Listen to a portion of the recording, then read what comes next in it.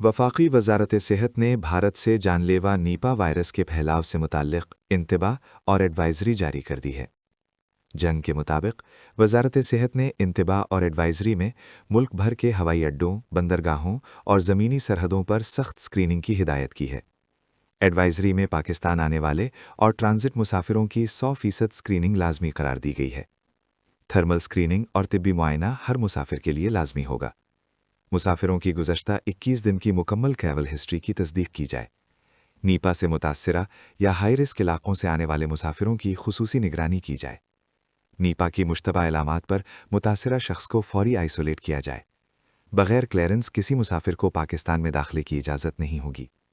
हुकाम के मुताबिक पाकिस्तान में ताहाल नीपा का कोई तस्दीक शुदा केस रिपोर्ट नहीं हुआ है, जबकि भारतीय रियासत मगरबी बंगाल में नीपा वायरस के 5 केसेस रिपोर्ट हुए हैं। भारत से जानलेवा नीपा वायरस का फैलाव रोकने के लिए थाईलैंड, मलेशिया, हांगकांग, सिंगापुर और नेपाल ने भी इक़दामात किए हैं। सरहदों और एयरपोर्ट्स पर स्क्रीनिंग शुरू कर दी है।